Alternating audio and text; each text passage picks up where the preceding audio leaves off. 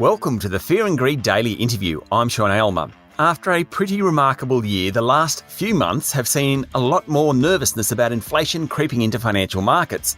And bonds have been sold off in recent weeks as fears of higher interest rates emerge. This has big implications for a bourse like Australia's, which is very heavy financials. In fact, 5 of the top 7 stocks are banks. And if you look at the top 15, 2/3 are either banks that are impacted by interest rates or miners relying heavily on iron ore prices. There's not a lot of diversity out there. Matthew Haupt is the lead portfolio manager of WAM Leaders, a listed investment company that focuses on large cap ASX listed stocks. Matthew, welcome to Fear and Greed. No, thanks for having me. So how would you describe the last year or so for Aussie equities? Yeah, Sean, it's a really interesting one. I guess the last year could be categorised by, having the most favourable conditions ever for equities. A couple of the key drivers around interest rates, risk premiums and growth have been all extremely positive. So conditions couldn't have been better for the last 12 months. Right. So we get to today, and later today we'll find out inflation for September quarter, which will have a big bearing on what the Reserve Bank does in the next couple of months around interest rates. It seems very determined to stick to its timetable of not lifting the official cash rate till 2024, though many market rates at the long end are starting to rise. Where are we up to, having said all that, where are we up to as we head towards the inflation figure today and beyond in terms of equities? Yeah, the one thing you can bank on is interest rates will be going up. But as you said, it's already priced into the forward market. So what we're looking for is any changes in expectations on that forward market. We expect Phil Lowe will be, holding the line, 2024 liftoff, which is the market is saying no way. We think that messaging will be consistent until he's forced to change direction and the RBA will move towards the market rates probably in the next 6 to 9 months. But for the time being, the message will be very consistent and no lift off to 2024. Okay, so the outlook's reliant heavily on inflation. You wrote recently about the difference between cost push inflation, which is what we're experiencing now, and demand pull inflation. Just give us a definition or the definition of those two and why at the moment we're talking about cost push inflation. Yeah, the one thing we're seeing at the moment is the incredible stress on the supply chain. So at the moment, through COVID, as we know, chip manufacturing, a whole raft of things, mine outputs, a whole lot of supply issues were happening off the back of that.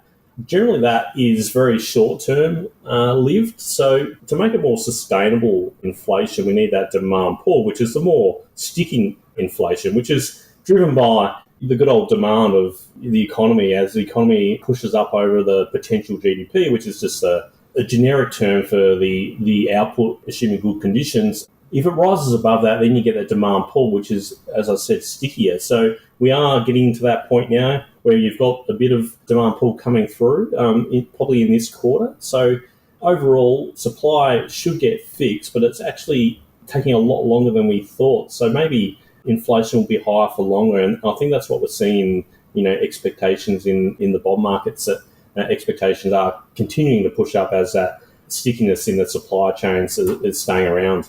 Okay, so let's bring that back to the equity market, and particularly the large companies on the ASX. What do you think the outlook is for the next 3 to 12 months for the ASX, given everything you've just said?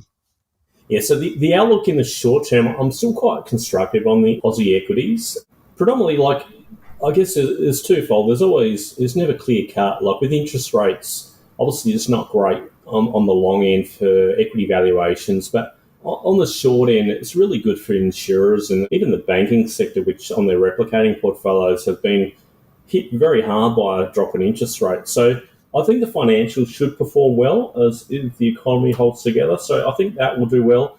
And I guess for the miners, as in the introduction you said, the mining sector is, a big proportion of the ASX 20. Now, what happens here is very interesting. If the short end rises too fast, it actually pushes the US dollar up as well compared to the rest of the world. So that could put a bit of pressure on the Aussie miners. But it's really a case of China being the main driver. And we're seeing in the last few quarters, China has really eased back on the stimulatory measures they put in place post-COVID. So they are in a deliberate slowdown at the moment, which is hurting the iron ore market, which is generally our biggest miners, the most exposure.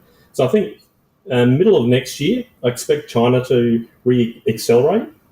So that should help the Aussie miners. So there's a bit going on, but I think you look at where we're coming from in interest rates and they're still incredibly supportive. So the direction will be negative, but I think the overall level is still quite supportive for equities. Okay, is there a problem? So I mentioned it in the introduction. We've got the big four banks plus Macquarie. You add in Rio Tinto, BHP and Fortescue Metals, and you do have a great concentration at the very top end of the market. Is that an issue for investors, do you think? I guess it's an issue when we have, very specific things going on. Like you saw that when the iron ore price fell, the impact it had on the Australian market was quite dramatic, given that the exposures we have. So I guess the overall comment around that is I don't think it's too much of an issue, but I think ideally you'd have a broader market for investors, but you really can get diversity through, between the top 30 to 100. There is still quite a range of industries. We're quite light on a few, though. Healthcare and IT is obviously pretty light compared to other global markets. But there is enough exposure there. You just got to dig a little further down the ASX list. Stay with me, Matthew. We'll be back in a minute.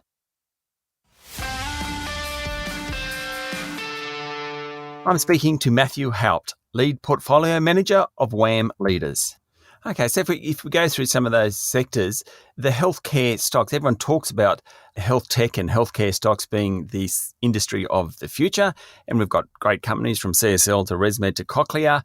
They've all performed well. What do you think the outlook for those guys post-pandemic is? Because some of them have been knocked around just because of disruption to how they operate, really. Yeah, I mean, CSL was a real interesting one over the period as collections fell. The valuation did fall off a bit, but it's still arguably quite expensive. And even the likes of Cochlear, we're trading on multiples in the 40s, 50s, which, generally you don't like buying things around those levels. But again, on the healthcare sector, it is a beneficiary of lower rates as well. So the macro factors start kicking in as well. So I think overall, it used to be a defensive sector, but with low rates, they all re-rated quite heavily, as much did the rest of the market. So yeah, it's an interesting one, but I just think the valuation is still extreme in that sector too. Right. What about the REITs? Because we talk a lot about real estate investment trusts and interest rates. Just explain the connection between the two and the outlook. Yeah, the REITs are an interesting one. Some of the REITs in the ASX are predominantly done just on cap rates, so interest rates have a big impact. Some trade differently. Like they're more economic sensitive stocks. Like they more trade like operating companies, like SCG and VCX, which are the shopping centre owners, are more linked to the overall health of the economy more than cap rates. Obviously, cap rates are still a function of the share price. But so just explain cap rates to the listeners. Yeah, it's just really the interest rate we use to discount cash flows. So, when we use a lower interest rate, the valuations go up. So when interest rates started falling, even pre-COVID, we were heading into a, pretty, not a dire environment, but rates were falling and, we had inverted yield curves. It was almost like we were going into recession pre-COVID. I'm talking globally. So that sector already did well. And when interest rates were dropped, globally, REITs obviously went up in value. Some, which were linked to, more of those operating conditions like SCG and VCX, fell quite dramatically and they traded 40-50% discount to their net tangible assets. So that's what I was saying. There is a bit of a disconnect there between the more, pure cap-rated REITs versus the operating company REITs, which trade more in line with economic activity. So the overall sector is still, I'd say, around fair value. It's not screening as a really big area to put cash into at the moment. But what would change that view is if we started to get a slowing economy and then more accommodative policy coming back in, which would be worst case scenario because we really would hate to go in that environment at the moment because we haven't even got out of the emergency measures at the moment. So I guess that's a real debate everyone's having in the market. Yeah. Can we actually get out of this environment where QE is still very much happening, changing shapes of yield curves and extraordinarily low interest rates, which is, very deeply negative real rates. So we've got a long way to go before we get there, but that's the environment we're in still. Okay, we're just sort of running through sectors here. The consumer discretionary and staples? Yeah, that's an interesting one too, because the consumer discretionary was really held up by fiscal policy. So Yeah. through the pandemic, all those measures were put in place, which saved the economy. But you look at the savings you go through the official figures and savings, and you can see there is still excess savings in the marketplace. So consumer discretionary should perform well, but you'd be looking a shift towards services, I guess, would be the theme as economies open up and people are looking for more services. I don't think they need another big TV or another laptop or a tablet as such. Yeah. So I think the theme is very much intact, but the discretionary dollar will find a new home, I would have thought, over the next 12 months. Okay. And then finally, sort of the infrastructure plays at Telstra's and that of the world. Yeah, Telstra is another interesting one because it's got knocked by COVID as well, because they've missed all their roaming charges, which we're all quite fond of, aren't we, when we travel offshore. So that is, that's a couple $100 million there alone. And for Telstra, it used to be a dividend stock, so everyone used to, buy it on a dividend yield. I think that's changing now. We're going to get some earnings growth out of Telstra for the first time in I'm not sure how long. So Telstra is actually screening okay. We've got a decent position in Telstra. Yeah. They're doing some decent deals, with the infrastructure and then the latest acquisition now. So Telstra looks okay. And I think it's going to change the narrative around a yielding stock to a small growth stock with a yield too. So Telstra looks good, but the rest of the sector is pretty tough. We don't have a huge amount of exposure in Australia. We've got TPG, of course, but the rest in the telco sector is quite low. And I guess on utilities, they are pretty expensive given rates where they are. So we can't see too much value in the utility sector at the moment. And final question, how do you invest in energy at the moment? Yeah, so we've been invested in energy for about 12 months, and it's been incredibly painful for about 10 months of that 12 months. But the fundamentals were always there. Oil demand is pretty sticky. Let's call it 100 million barrels a day.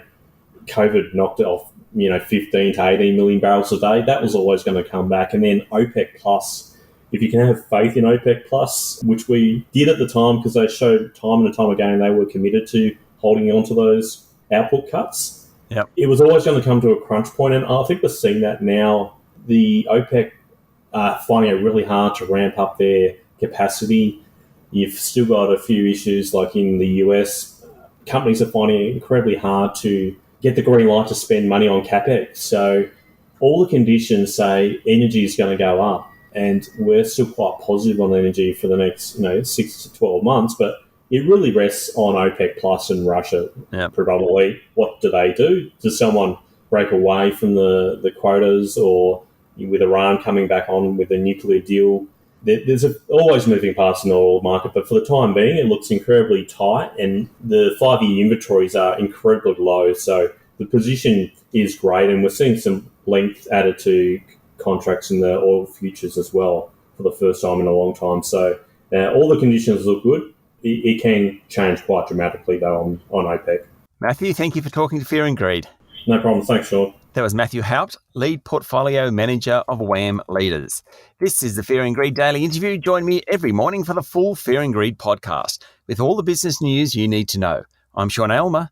Enjoy your day.